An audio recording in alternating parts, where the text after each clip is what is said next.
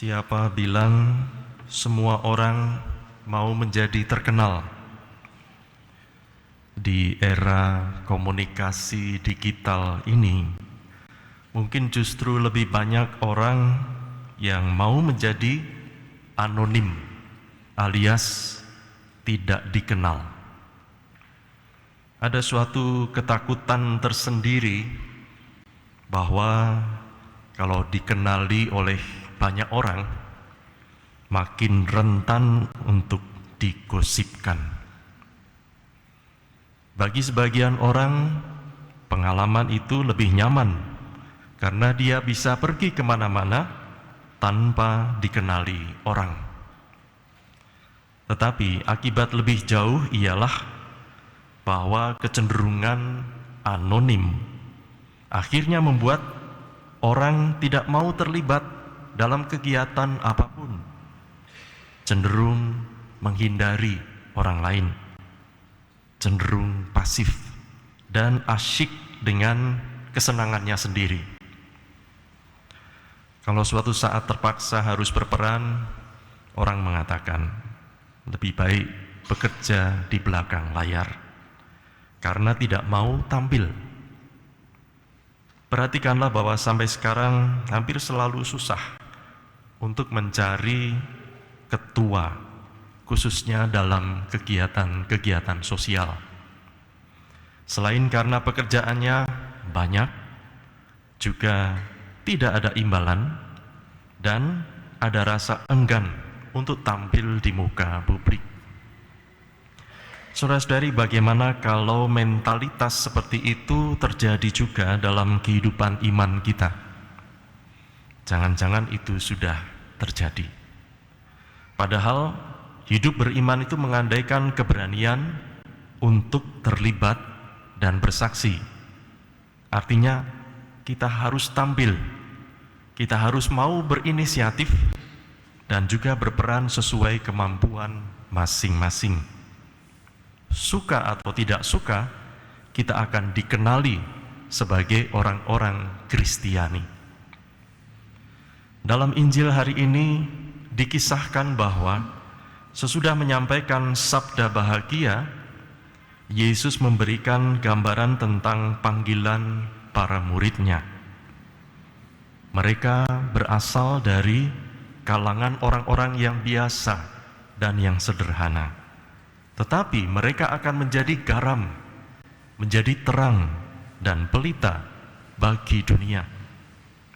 Kehadiran mereka akan dirasakan dalam kebersamaan dengan orang lain, layaknya garam yang mampu mengasinkan. Keberadaan mereka pun tidak mungkin tersembunyi, layaknya sebuah kota di atas gunung yang memancarkan terang ke sekitarnya. Imaji-imaji sederhana seperti itu dipakai oleh Yesus untuk menggambarkan panggilan dan tugas yang mudah dicerna bagi para murid. Singkatnya, kehadiran mereka harus berdampak. Ketika menggunakan imaji tentang pelita di atas kaki Dian, Yesus juga memotivasi para murid untuk menerima panggilan itu dengan percaya diri. Ini bukan sekadar tugas yang harus dijalankan, tetapi kebanggaan atas rahmat yang sudah mereka terima dari Tuhan.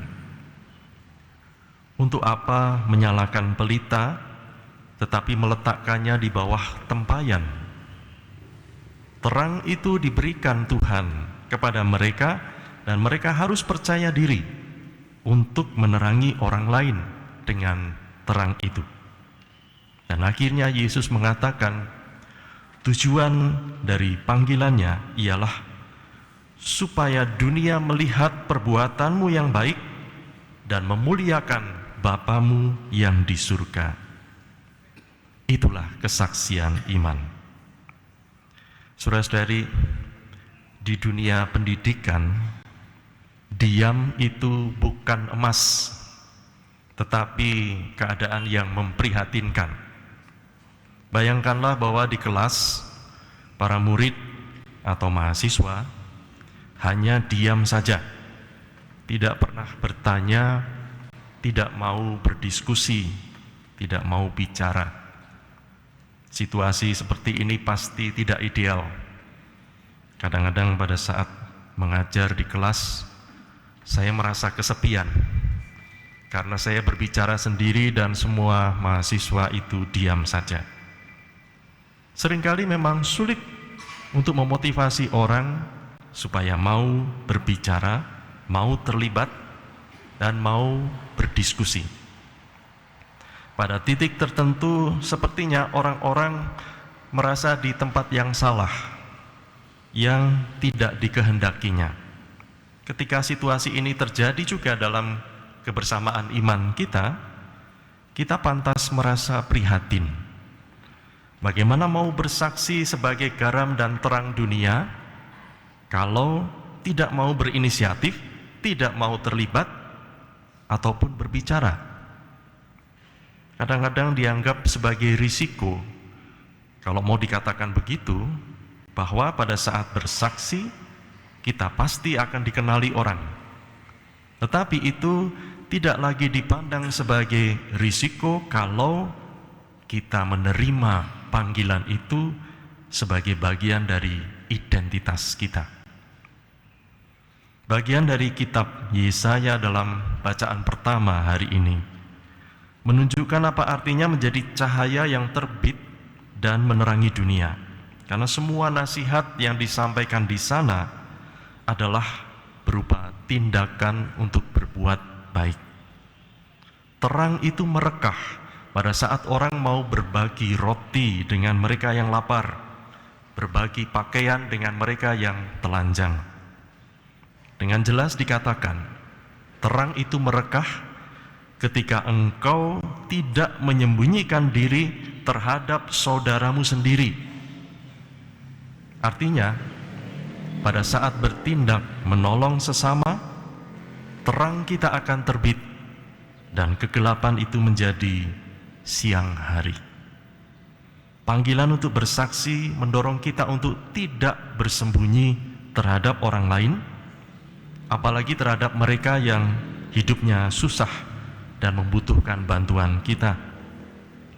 Pengaruh yang baik itu harus dirasakan oleh semua orang, oleh dunia.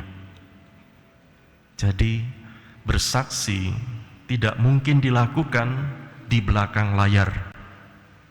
Panggilan kita ialah untuk menjadi garam dan terang dunia, dan itu sesuatu yang mudah untuk dilakukan.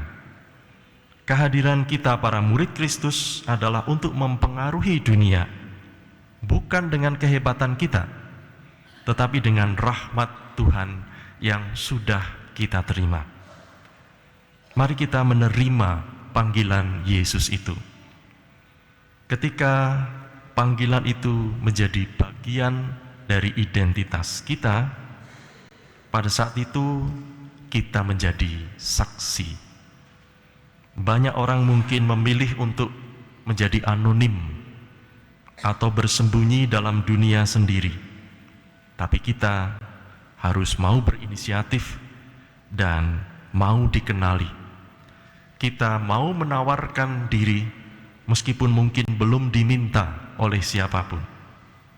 Biarkanlah kita dikenali orang lain, karena kita mau terlibat dan mau aktif dalam kebersamaan iman, dan semoga orang lain melihat dan mengenali kita serta memuliakan Bapa di surga.